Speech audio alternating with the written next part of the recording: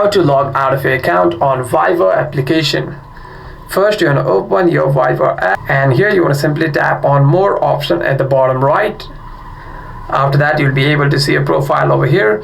Here you want to simply tap on settings, tap on account, and you'll be able to see an option called delete. And you'll be able to see an option called deactivate account or change phone number. Here you'll be able to deactivate your account if you want. Tap on deactivate account and you'll be able to follow the prompt from here to deactivate your account. However, if you cannot find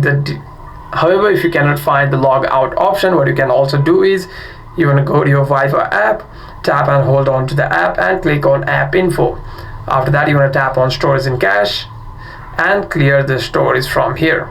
By doing so, your user data will be deleted from the app and you'll be automatically logged out from the application.